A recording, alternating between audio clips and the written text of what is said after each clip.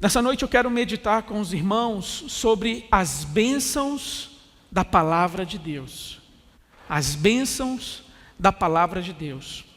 E este salmo, ele foi conferido aqui no saltério, no conjunto dos salmos, não apenas para ser lido, não apenas para ser meditado, mas uma das intenções do salmista também é que este salmo fosse memorizado. E por isso ele foi arranjado nessa forma de acróstico, onde de 8 em 8 versos, cada versículo começa com uma letra do alfabeto hebraico, para facilitar a memorização.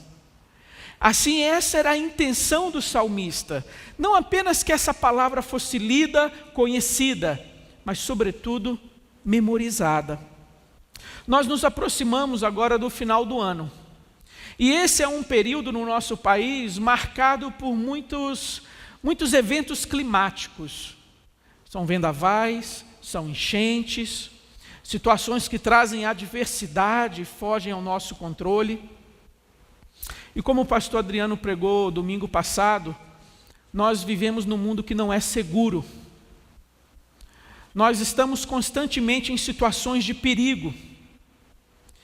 E quando nós olhamos para esse salmo, nós podemos perceber que dentre essas bênçãos da palavra de Deus, nós podemos achar aqui abrigo, alimento e luz, entendimento. Quando você se encontra numa situação de perigo, você precisa de abrigo, você precisa de um lugar seguro, um lugar onde você possa estar a salvo do perigo, seja ele de qual natureza for. Mas talvez você também certamente vai precisar de alimento, principalmente se você tiver que esperar a chegada do socorro, a chegada de uma equipe de salvamento.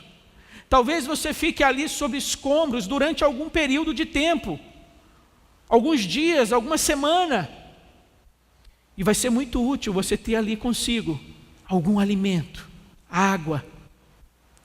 E quando você está naquele abrigo, quando as esperanças vão se esvaindo, o que você mais espera ver e encontrar é uma luz no fim do túnel, é uma luz indicando a chegada de socorro, a chegada do livramento. E quando nós olhamos para este salmo, nós podemos perceber que na santa palavra de Deus, nós encontramos tudo isso. O abrigo, o alimento e a luz para os nossos passos. A meditação constante transforma-se em obediência. O meditar nessa palavra, o ruminar, o digerir, o processar essa palavra diariamente, vai colaborando para que haja em nós uma transformação de mente, de atitude, de caminhar. A meditação constante transforma-se em obediência. E assim o poder da palavra para transformar a nossa vida. Quando essa obediência nasce do reconhecimento da divina autoridade da palavra, essa obediência agora transforma-se em prazer. Quão doces são as tuas palavras ao meu paladar. Quando essa obediência nasce da compreensão da autoridade dessa palavra. Essa palavra é a própria expressão do caráter de Deus. Amar a palavra é amar a Deus, o Deus da palavra. Ele revela o seu caráter, ele revela a sua natureza, ele revela o seu amor, a sua santidade, a sua misericórdia, por meio das páginas da sua palavra. E assim a primeira bênção da palavra de Deus é a bênção do abrigo, do refúgio, da fortaleza, da torre forte no dia mau. E o Senhor Jesus disse: vinde a mim, todos vós que estáis cansados, oprimidos, sobrecarregados, e eu vos aliviarei. Eu vos servirei de refúgio e amparo. Os salmos, eles foram compostos e compilados de tal forma que eles contemplam a mais diversa gama de situações, emoções, sentimentos e dificuldades que você possa enfrentar. Você encontrará nas páginas dos salmos alívio, alento, socorro para a sua alma. Nela nós temos o consolo. No Salmo 119, verso 50, o salmista diz: o que me consola na minha angústia é isto, que a tua palavra me vivifica, que ela me renova, que ela me restaura. Quando eu vou perdendo as minhas forças, quando o meu vigor vai se esvaindo, mas eu vou me refugiar, quando eu vou me abrigar na tua palavra, eu sou vivificado, eu sou restaurado, eu encontro alento para continuar enfrentando as lutas e adversidades da vida. E assim nós precisamos desenvolver o hábito de meditarmos na palavra de Deus. Não adianta apenas você ler a palavra, você ter ali alguns minutos onde você faz aquela sua leitura diária, onde você está ali cumprindo um cronograma de leitura da Bíblia, mas tão logo você complete a sua leitura, você fecha a palavra, coloca de lado e dá sequência às suas atividades do cotidiano. Nós precisamos cultivar o hábito de meditar nas Escrituras. E Joel Bick, um estudioso da teologia puritana, das práticas espirituais dos puritanos, ele fala que os puritanos, eles desenvolviam 2 hábitos de meditação: a meditação repentina, breve e ocasional, que se dava, por exemplo, quando você se depara com uma beleza da natureza, com uma bênção, uma dádiva de Deus, seja até ao desfrutar de uma refeição. E ali você consegue enxergar a bondade, a misericórdia, a graça de Deus. E assim, de uma maneira ocasional, não planejada, aquela situação te leva a meditar nas bênçãos de Deus, no caráter e na bondade de Deus. Mas eles também tinham uma prática de meditação solene, programada, deliberada, agendada, onde eles iriam ali naquele período de tempo parar as suas atividades, iam ali para o seu quarto, iam ali para o seu local de refúgio, e eles iriam de uma maneira deliberada, planejada, meditar na palavra de Deus. E ele diz assim, um pastor puritano, Edmund Calame: a verdadeira meditação é quando o homem medita tanto sobre Cristo, a ponto de levar seu coração a se inflamar com o amor de Cristo. De tanto ele ficar ali meditando na beleza do Senhor Jesus, na beleza da salvação, na beleza da nova vida em Cristo, na beleza daquilo que Deus tem preparado para nós, novos céus, nova terra, essa viva esperança. E você, ao meditar nas bênçãos e na grandeza de Deus, o seu coração é tomado por um calor, ele se inflama por amor a Cristo. Quando você medita tanto sobre as verdades de Deus, a ponto de ser transformado por essa palavra.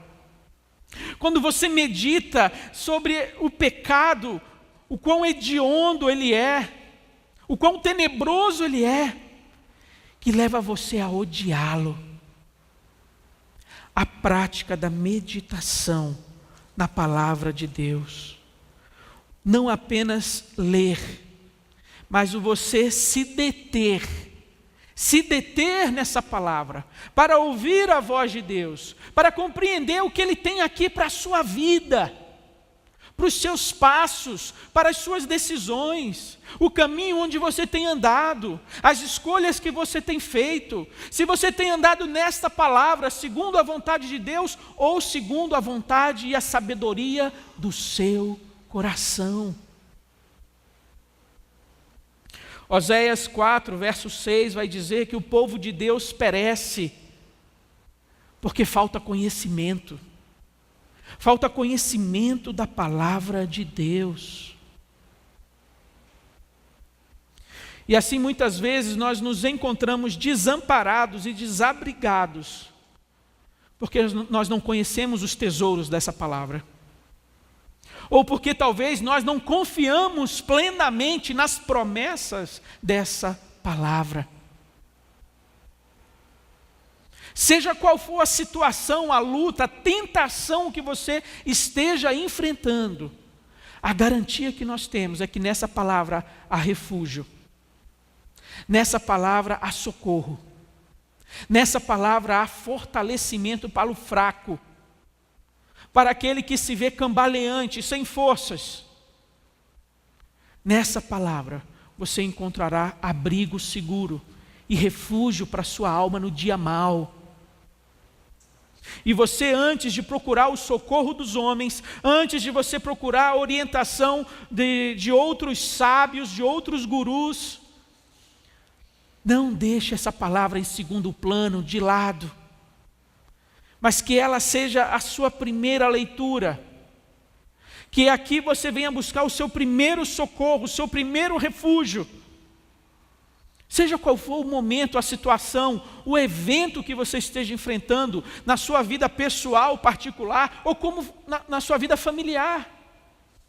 Diante de dificuldades conjugais, diante de dificuldades de relacionamento com seus filhos, dificuldades profissionais, nessa palavra, há aqui consolo e conforto de Deus para a sua alma, para o seu coração. E quanto mais tempo você dedicar a meditar e conhecer, e se aprofundar no conhecimento dessa palavra, mais equipado você estará, mais pronto e preparado para lidar com as situações da vida você estará. Oséias 6,3 vai dizer: conheçamos e prossigamos em conhecer ao Senhor. Talvez houve um dia na sua caminhada cristã, onde no seu coração havia ali uma fome, uma sede pela palavra de Deus. Onde você, todo o tempo que surgia ali na sua agenda, você prontamente se dedicava a folhear, a ler, a estudar, a meditar na sua palavra.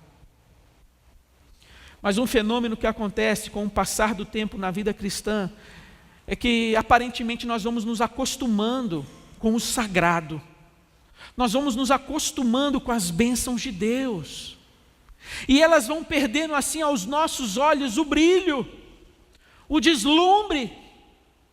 E nós vamos deixando de valorizar a grandeza das bênçãos que Deus tem nos dado.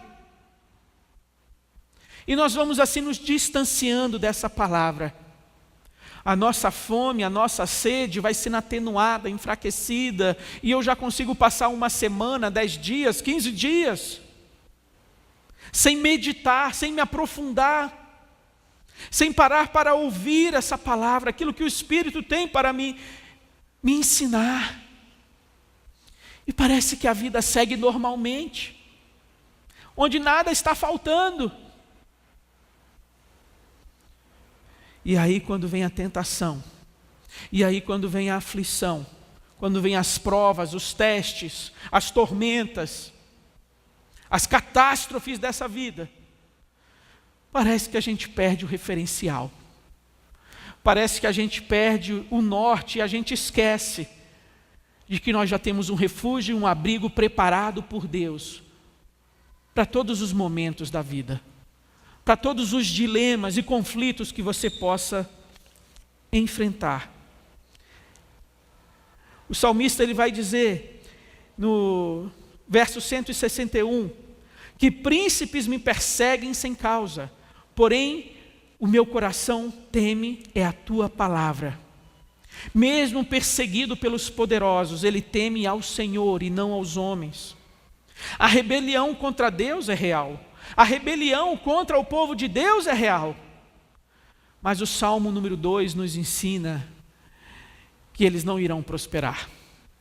Que Deus ri e zomba de príncipes e nações que se ajuntam contra Deus e o seu ungido e contra o seu povo. E assim mesmo quando você está sendo perseguido, quando homens se ajuntam para planejar contra a sua vida, que você possa se lembrar que eles não vão prosperar, porque Deus vela e zela do seu povo. Até mesmo ao falar da morte, o último inimigo, no Salmo 116 ele vai dizer: não deixarás a minha alma na morte, e não permitirás que o teu santo veja a corrupção. Nós que estamos unidos com Cristo, temos a promessa que seremos ressuscitados, que receberemos um novo corpo, e que iremos habitar novos céus e nova terra. Até esse último inimigo, nós temos a promessa de vitória. Nós precisamos de abrigo com frequência.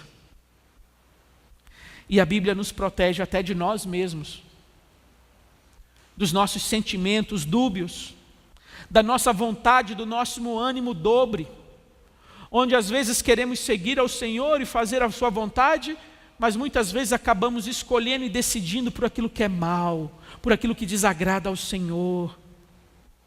Ele diz no verso 176, ando errante como ovelha desgarrada, procuro o teu servo, pois não me esqueço dos teus mandamentos. Nós somos como essa ovelha, que vai se afastando e não consegue achar o caminho de volta do aprisco, o caminho de volta do cuidado do pastor. Nós precisamos de abrigo e refúgio de nós mesmos.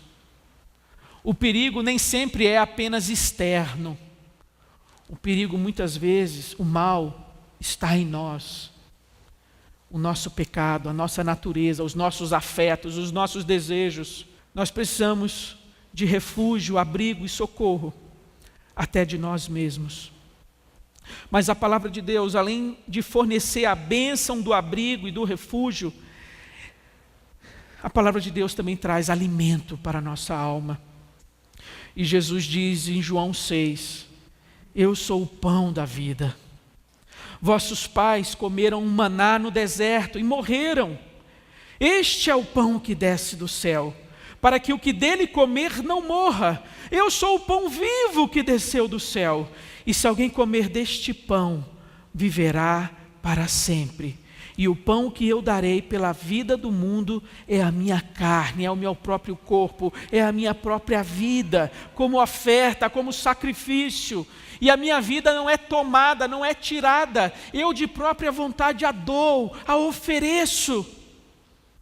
E aquele que comer desse pão, jamais terá fome. Assim também é a palavra de Deus.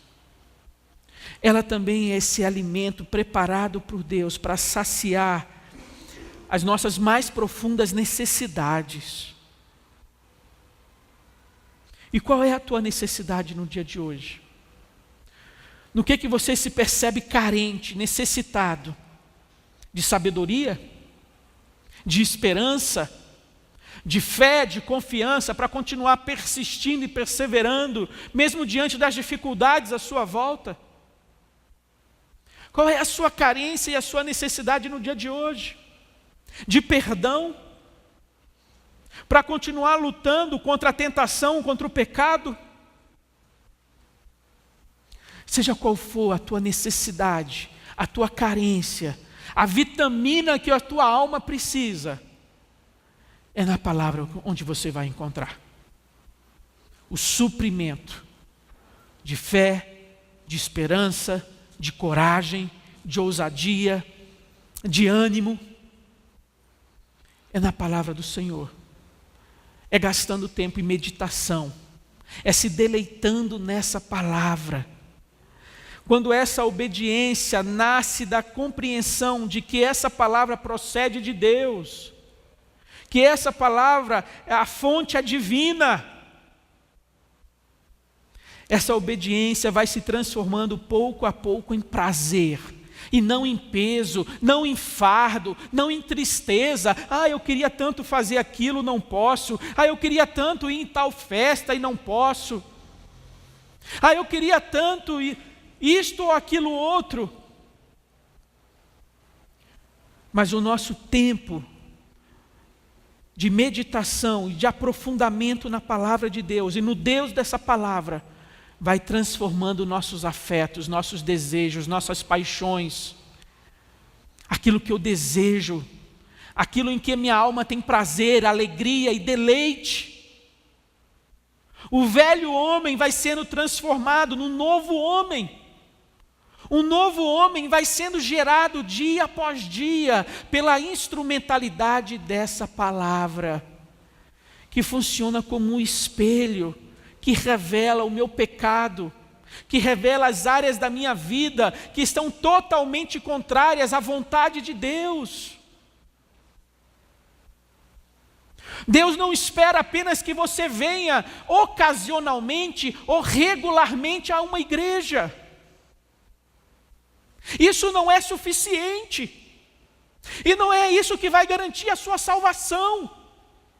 Naquele dia, quando o Senhor vier para recolher o seu povo, a sua igreja, reunir as suas ovelhas, quando nós vamos estar diante de Jesus, não vai ser suficiente você falar: ó Senhor, eu frequentei algumas vezes a quarta igreja, o Senhor lembra de mim? Eu cantei no coral da quarta igreja, eu participei da diretoria de algumas sociedades, eu participei regularmente dos cultos, o Senhor lembra de mim, o Senhor me viu por lá. E não vai ser esse o critério que o Senhor vai usar,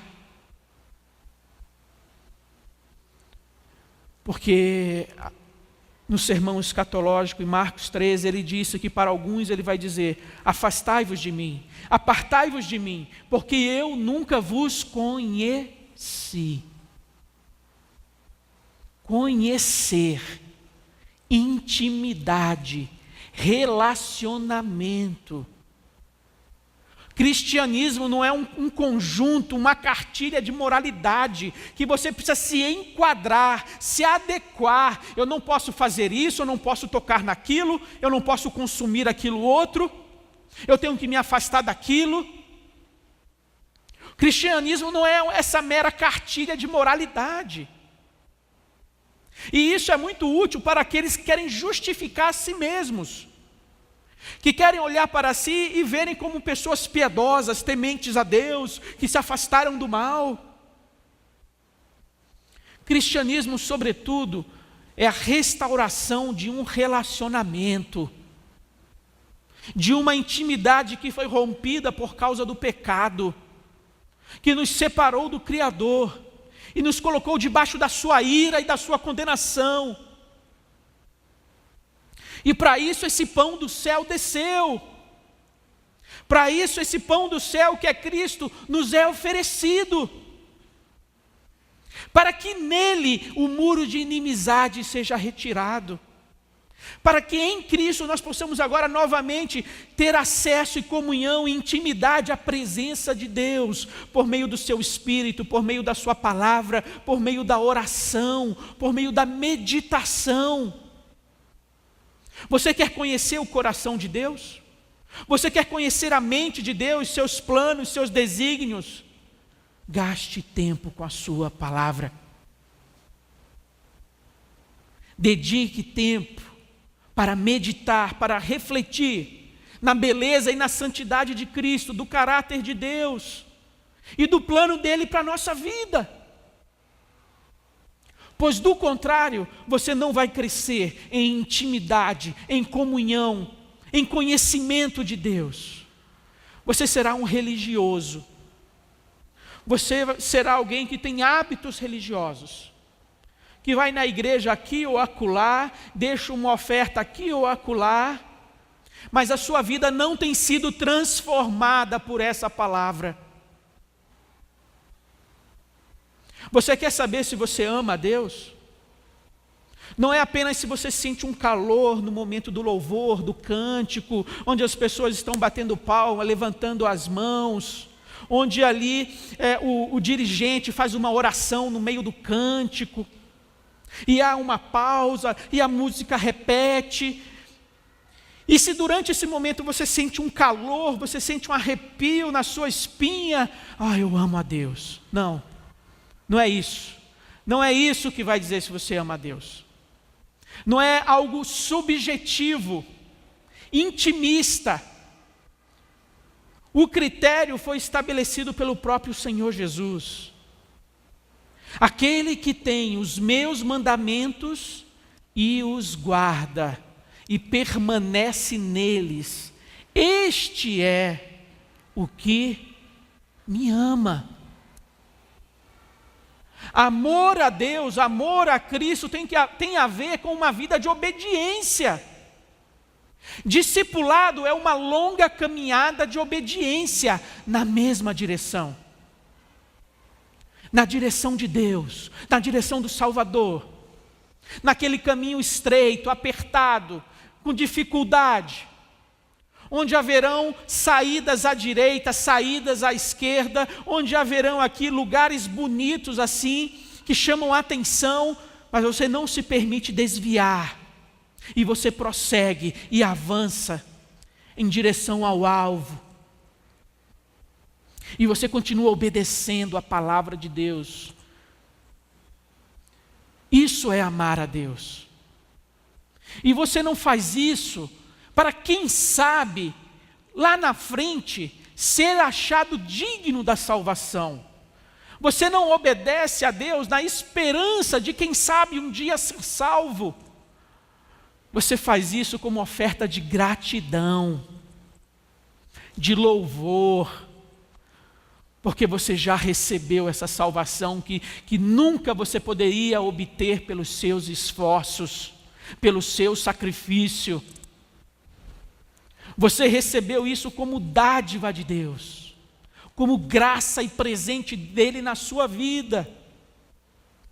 E esse amor de Cristo o constrange de tal forma que agora você devolve a ele a sua vida, a sua obediência, o seu temor, o seu amor.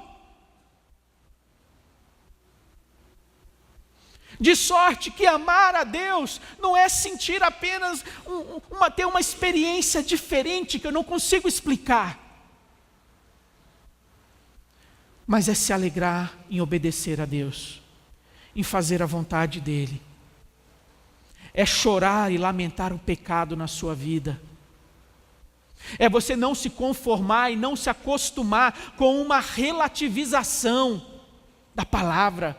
Vejamos, não é bem assim. Nós temos que compreender e contextualizar que o que a palavra de Deus pede de nós hoje não é bem dessa forma, e vamos aqui usar um óculos diferente, usar uma hermenêutica diferente.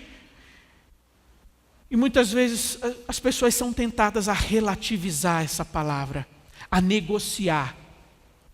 O interessante é que essa nova interpretação, ela nunca eleva o padrão de Deus. Não, ela nunca vai aumentar a exigência. A tendência é pegar o padrão de Deus e colocar no nível do rodapé.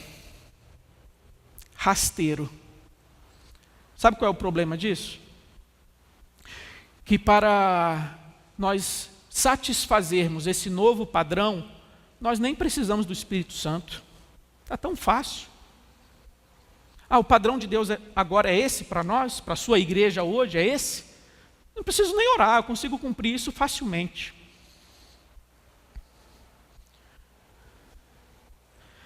Quando a gente olha para o Sermão do Monte, as bem-aventuranças, nós temos ali o legislador, aquele que fez a lei, que deu a lei no Pentateuco. Ele ali como hermeneuta, como intérprete da lei. E Jesus disse: ouvistes o que foi dito, eu, porém, vos digo. Aquele que deu a lei, agora ele interpreta a lei. E como é que era essa interpretação que Jesus dava ali em Mateus 5, no Sermão do Monte? Essa interpretação da lei era uma interpretação mais banal, mais acessível, mais factível, mais fácil de ser vivenciada, ou o padrão que era ali colocado pelo Senhor Jesus se colocava ainda mais desafiador, ainda mais distante, ainda mais inatingível para o homem comum, o homem natural. Era isso. O padrão de Deus é elevado, porque Ele é santo, santo, santo. E o que Ele pede de cada um de nós, dos seus filhos, é que nós busquemos nos conformar à imagem do seu Filho Jesus. O discipulado, essa longa caminhada de obediência, na dependência do Espírito Santo, na necessidade de cultivar essa intimidade.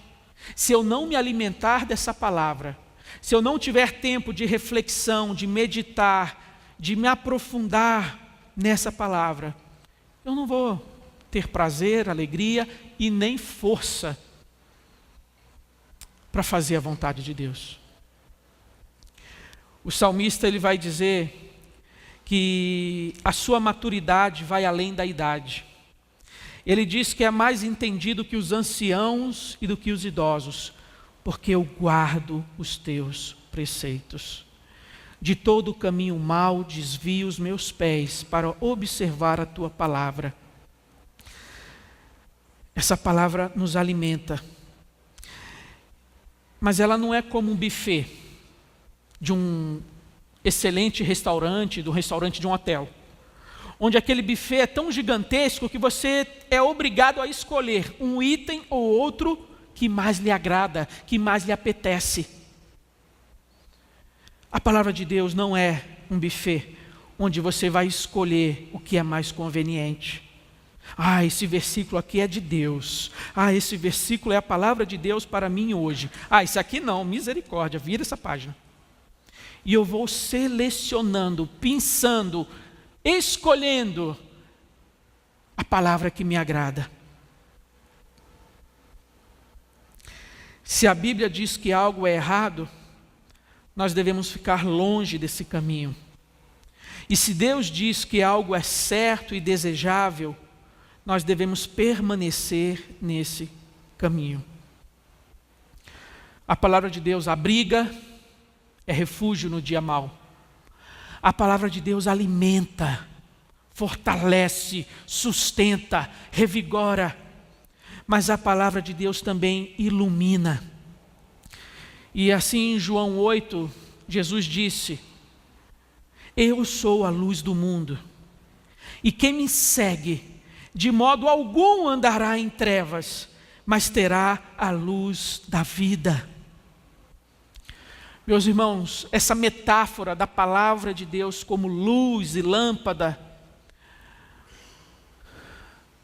tem ao menos duas implicações. Uma delas que é direção segura. Você vai ter segurança no caminho que você segue, porque você está na vontade de Deus. Você não está decidindo e escolhendo caminhar neste ou naquele caminho, simplesmente pelos seus desejos, pelas suas emoções, pela sua vontade, pela sua preferência, mas porque a palavra de Deus, o Espírito de Deus, assim o tem guiado, assim o tem conduzido. E mesmo que seja um caminho difícil, de oposição, de luta, de confronto, mas você tem no seu coração a paz e a segurança de que você está trilhando o caminho de Deus para a sua vida. O caminho de Deus nem sempre será um caminho de facilidade, o caminho mais fácil e mais suave. Muito pelo contrário. Quando a gente olha a vida dos homens santos de Deus, na Escritura e na história, o caminho pelo qual Deus os conduziu, o Espírito Santo os guiou, foi um caminho de dificuldade. A Bíblia diz que o próprio Espírito do Senhor Deus conduziu Jesus ao deserto, para ali ser provado, para ali ser tentado. E ele foi conduzido pelo Espírito de Deus. No livro de Atos, Paulo vai dizer que ele tinha a convicção e a certeza, em Atos 20, ao se despedir dos presbíteros de Éfeso, e ele estava indo para Jerusalém, e ele sabia que ali o aguardavam cadeias, açoites, perseguição. Mas ele não foi procurar um caminho oposto, ele não foi procurar seguir na direção oposta. Mesmo sabendo de todas as dificuldades que o aguardavam ali em Jerusalém, ele tinha a convicção de que ele estava sendo guiado pelo Espírito de Deus. E aonde Deus envia, Deus providencia, Deus supre. Deus já tem ali abrigo e alimento preparado para a nossa alma. E mesmo numa situação de dificuldade, de aperto, de oposição, de perseguição, ali será um lugar de crescimento na sua vida. Ali será um lugar de você ter um encontro com Deus, no jardim de oração, que é ali de certa maneira fomentado por causa da perseguição. Uma vida de facilidade muitas vezes acaba gerando em nós mediocridade. Eu não preciso orar mais, eu não preciso buscar mais, porque os ventos estão favoráveis, porque a situação e a vida está no meu controle. A vida segue o roteiro que eu escrevi, e assim tudo se desenrola de uma maneira tranquila. Mas quando Deus envia a adversidade, e ela nos chacoalha, e nós somos então confrontados com a realidade de que nós não temos controle de nada.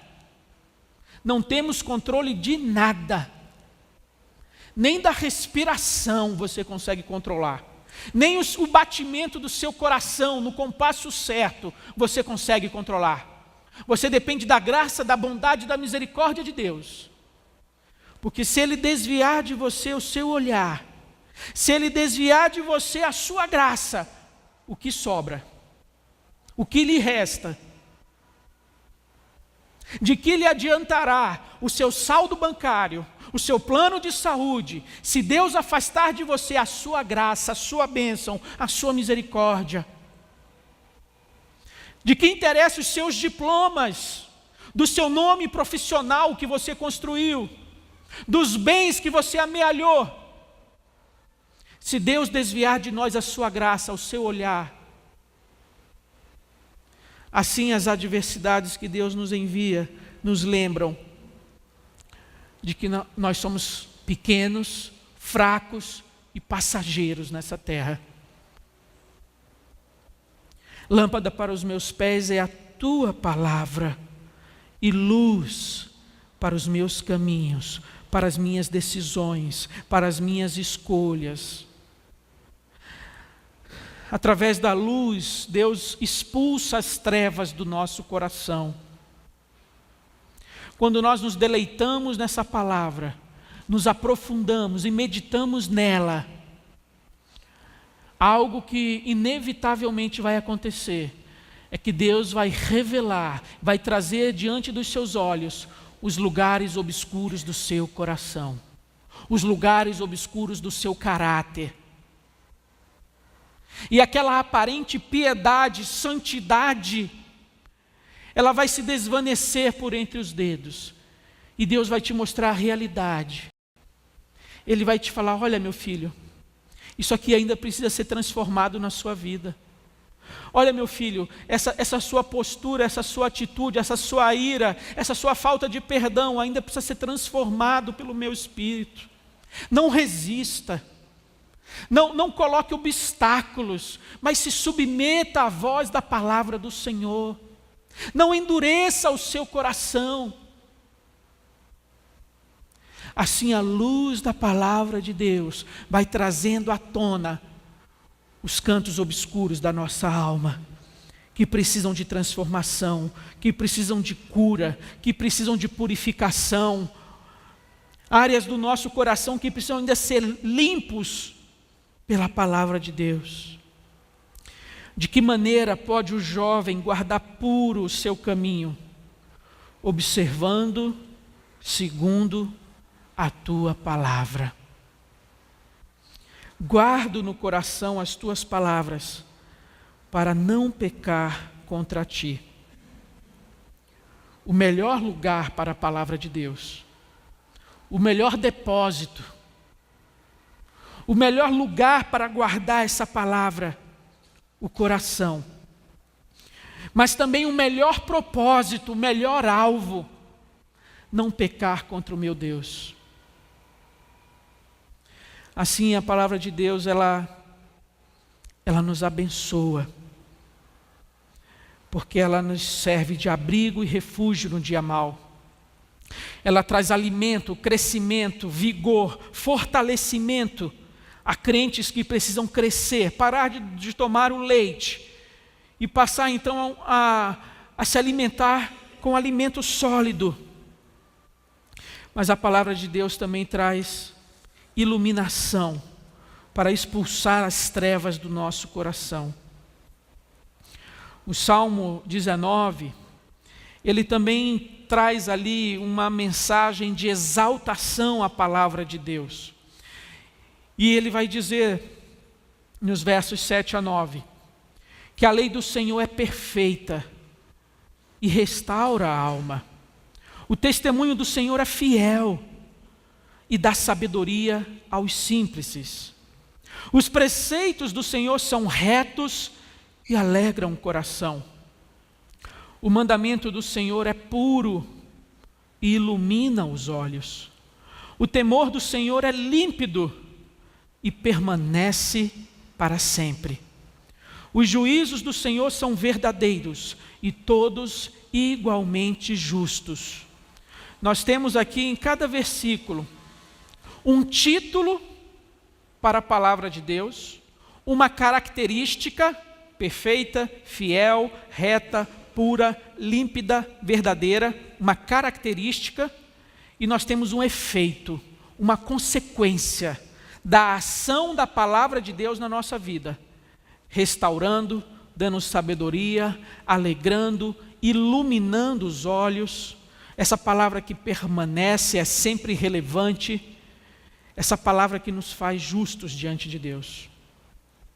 Se a Bíblia é o que ela diz ser, quais devem ser as nossas atitudes e respostas para aquilo que ela ensina? Se ela é tudo isso, e você crê nisso, qual deve ser a sua resposta diante dessa palavra? Se a Bíblia pode fazer tudo o que ela diz que pode fazer, qual deve ser a sua atitude e resposta para aquilo que ela ensina para cada um de nós? Jesus é a luz, mas Ele também é o único caminho digno de toda confiança. O Natal que se aproxima fala disso, da chegada da redenção. A promessa se cumpriu. Assim, tanto na palavra como em Cristo, nós temos abrigo, nós temos alimento e nós temos luz. Nós não precisamos mais tatear no escuro. Nós não precisamos procurar a resposta, a saída e a solução. Nós não precisamos mais procurar alimento na mesa de Satanás. Você não precisa mais se refugiar nos esconderijos obscuros desse mundo. Deus já preparou para mim e para você um banquete no deserto, um refúgio seguro e luz, direção para o nosso caminho, para as nossas decisões, para as nossas escolhas. A promessa se cumpriu. Em Cristo, nós temos amplo abrigo, alimento suficiente e toda a luz necessária para conduzir as nossas vidas com sabedoria. E que, de fato, crer e confiar nessa palavra possa nos levar a uma vida que se conforma com essa palavra. Que você não seja alguém que conhece, porque até o inimigo conhece e tentou a Jesus citando a palavra de Deus. Que você não seja só um ouvinte da palavra, que logo se esquece ao sair do espelho como era a sua aparência, mas que nós sejamos praticantes, mas que nós possamos guardar essa palavra não apenas nos nossos lábios e na nossa mente, mas guardá-la no nosso coração. E assim nós possamos nos beneficiar de tudo que Deus preparou e supriu para nós aqui. Abrigo, refúgio, alimento e luz para uma vida de sabedoria. Amém?